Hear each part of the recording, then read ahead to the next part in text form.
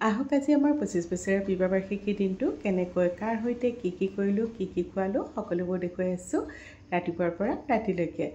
আপোনালোকৰ বহুমূলীয়া সময়লৈ ভিডিঅ'টো শেষলৈকে চাব বুলি আশা ৰাখিলোঁ। এয়া ৰাতিপুৱা প্ৰায় 7মান বজাতে মই মিষ্টাৰ আৰু ছোৱালী গ'লোঁ মা বাঘেশ্বৰী মন্দিৰলৈ আশীষ ল'বলৈ। আৰু আমি মা বাঘেশ্বৰী মন্দিৰৰ ওচৰতেই থাকোঁ। খোজকাঢ়িয়ে আমাৰ ঘৰৰ পৰা যাব পাৰে মন্দিৰলৈকে। প্ৰায় 3-4 মিনিটমান সময় লাগে গ'লে। আৰু এইফালে আহি দোকান এখনত সোমাই আকৌ আমি ধূপ চাকি প্ৰসাদ তেনেকৈ লৈ ল'লোঁ। আৰু আমাক দেখিছেনে বৌমাও আহিছে ওচৰলৈকে কিবা দিম বুলি। কল 4-5টামান কিনি লৈ আগতে বৌমাক সন্তুষ্ট কৰি ল'লোঁ। এইফালে আকৌ থালিখন লৈ মন্দিৰলৈকে সোমাই গৈছোঁ। আৰু পূজা কৰি আহি অকণমান আপোনালোকক ভিডিঅ' কৰি দেখাই দিছোঁ। এয়া মন্দিৰটোলৈ আহিলে ইমান যে মনটো শান্তি লাগে, উভতি যাবই মন নাযায় তেনেকুৱা লাগে। মিষ্টাৰ আৰু ছোৱালী আগত গৈ আছে, মই আকৌ এই আমাৰ ভক্তকেইটাক আকৌ কিবা কিবি খুৱাই লওঁ। একাশী কল কিনি ইহঁতক আগতে সন্তুষ্ট কৰি ল'লোঁ। ইহঁতক আগতে খুৱাই লওঁ, তাৰপিছত দিনটো আৰম্ভণি কৰিম। নাজানো কিয় সৰুৰ পৰা মোৰ এইবোৰ কাম কৰি খুবেই ভাল লাগে। আৰু দেখিছেনে গোটেইকেইটাই কেনেকৈ খাইছে, ভোকত আছে চাগে। ৰাতিটো একো খোৱা নাই, ৰাতিপুৱা এতিয়া দিবহে। আৰু মন্দিৰটোত আহিলে কিন্তু সকলো মানুহে ইহঁতক কিবা নহয় কিবা খুৱায়েই।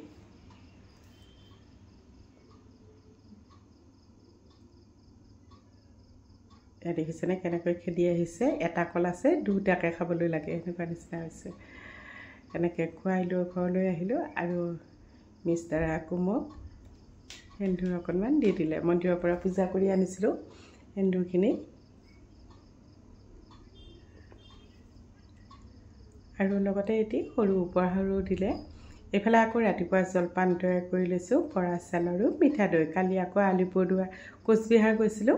আলিপুৰদুৱাৰৰ পৰা আকৌ মিঠা দৈ লৈ আহিছিলোঁ। ইমান যে সোৱাদ মিঠা দৈখিনি। ৰাতিপুৱাৰ জলপান এনেকৈ খাই ল'লোঁ। খাই বৈ আকৌ এইফালে আকৌ মই পায়স বনাব লৈছিলোঁ। এইফালে পায়স বনাব লৈছোঁ। 2টা চুলাতে 2টা চচপেন বহাই দিছোঁ। এটাত বনালে কম হ'ব, এই দুফালে বনাইছোঁ। আৰু মোৰ পায়সখিনি বনোৱাত আকৌ হেল্প কৰি দিছে ছোৱালীয়ে। মই বাকীখিনি কাম কৰি আছোঁ, তাইক আকৌ পায়সখিনি বনাব দিছোঁ।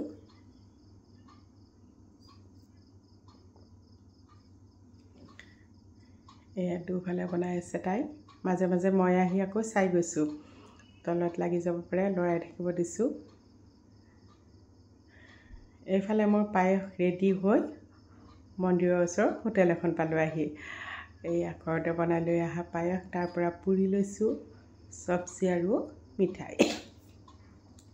এইদৰে গোটেইখিনি ৰেডি কৰি লৈছোঁ। মই আকৌ ভক্তসকলক প্ৰত্যেক বছৰে বিবাহ বাৰ্ষিকী নাইবা জন্মদিন, ছোৱালীৰ জন্মদিনত তেনেকৈ খুৱাওঁ। ঘৰত নাপাতোঁ আমি, এনেকৈ ভক্তসকলৰ লগতেই পতা হয়। আৰু তেওঁলোকক খুৱাম বুলি এইবোৰ ৰেডি কৰি ল'লোঁ।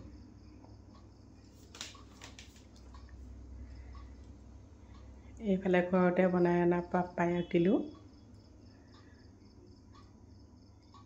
এইখিনি গোটেইখিনি ৰেডি কৰি লৈ তেওঁলোকক খোৱালোঁ। মনত এটা বহুত শান্তি পালোঁ। নাজানো কিয় মই আকৌ এওঁলোকক খুৱাইহে বেছি ভাল পাওঁ।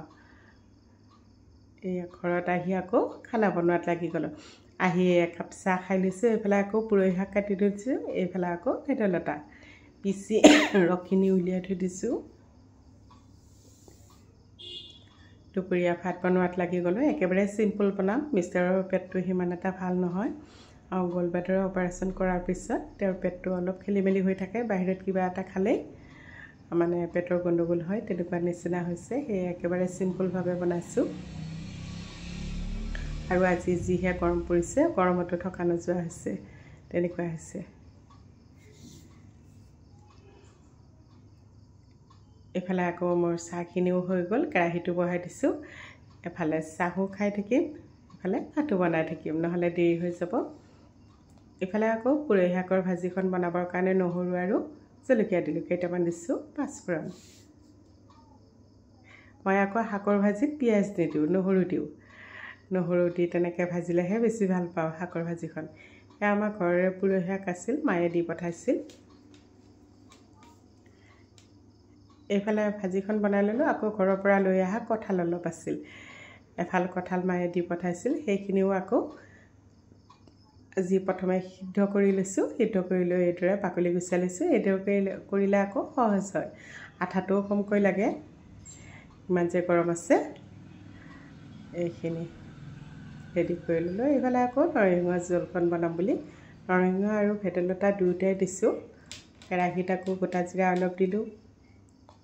নৰসিংহৰ লগত দিবলৈ মাছ নাছিল আজি, আনিব যাব মন নগ'ল। মন্দিৰলৈ অহা যোৱা কৰি ভাগৰো লাগিছে, দুবাৰ যোৱা হ'ল।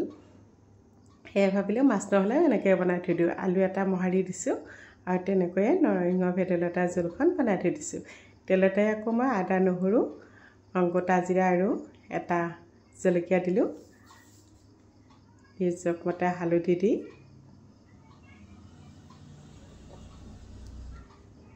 এইফালে আকৌ জোলখন বহাই দিছোঁ। ৰসখিনি মই দি দিলোঁ।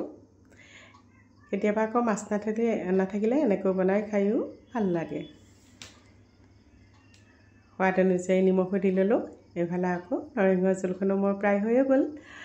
সেই একেখন কেৰাহীতে আকৌ ধুই লৈ তাতে আকৌ তেল দিলোঁ আৰু গোটা জিৰা দিলোঁ। এতিয়া পেষ্ট কৰি থোৱা পিঁয়াজ, আদা, নহৰু, কেঁচা জলকীয়া, জিৰা গোটেইখিনি একেলগে দি দিছোঁ। তাত আকৌ গৰম মছলাও দিছোঁ, মই গোটা গৰম মছলাও দিছোঁ, মিক্সিত পেষ্ট কৰি লৈছোঁ।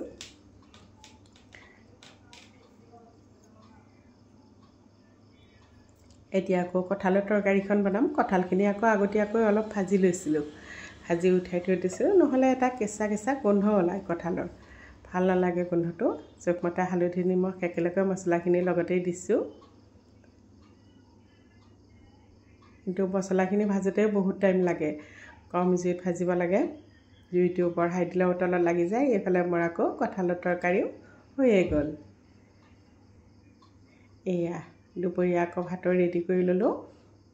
এইফালে ভেদাইলতা নৰসিংহৰ জোলখন, চালাডখন বিলাহী আৰু তিয়ঁহৰ চালাড। এইফালে আকৌ কঁঠালৰ তৰকাৰী, লগত আছে পুৰৈ শাকৰ ভাজি, এটুকুৰ নেমু আৰু এটা কেঁচা জলকীয়া। এনেকৈ ভাত খাই বৈ অকণমান সময় ৰেষ্ট লোৱাৰ পিছত খাবলৈ মন গ'ল আকৌ তৰমুজ। মিষ্টাৰে লৈ আহিছিল, তৰমুজ কাটি ল'লোঁ। সেয়া আকৌ সন্ধিয়া সময়ত এইফালে দেখিছেনে কেক এটা আনিছিল, কেকটো লৈ ল'লোঁ। আৰু সেই যে চিঠি দুখন দেখিছে, এই দুখন আমাৰ বিয়াৰ চিঠি। এইফালে আমি অলপ দুয়োজনে এনেকৈ চেলিব্ৰেট কৰিলোঁ। কেতিয়াবা আকৌ বাহিৰলৈ নগৈ ঘৰতে এইদৰে চেলিব্ৰেট কৰিও ভাল লাগে। আৰু এইফালে কেক কাটিব ল'লোঁ। ছোৱালীয়ে আকৌ ভিডিঅ' কৰি আছে, ছোৱালীক কৈছোঁ ষ্টাৰ্ট কৰিছেনে এনেকৈ। এইফালে মমডাল জ্বলাই ল'লোঁ। এতিয়া কেক কাটিলোঁ দুয়োটাই, আৰু ছোৱালীকো মাতি লৈছোঁ। ষ্টেণ্ডত লগাই থৈ দিছোঁ মোবাইল। এইফালে ভিডিঅ'টো চাই কেনেকুৱা পালে কমেণ্ট কৰি জনাবচোন। যদি ভাল লাগিছে লাইক কৰিব, ভিডিঅ'টি শ্বেয়াৰ কৰি দিব।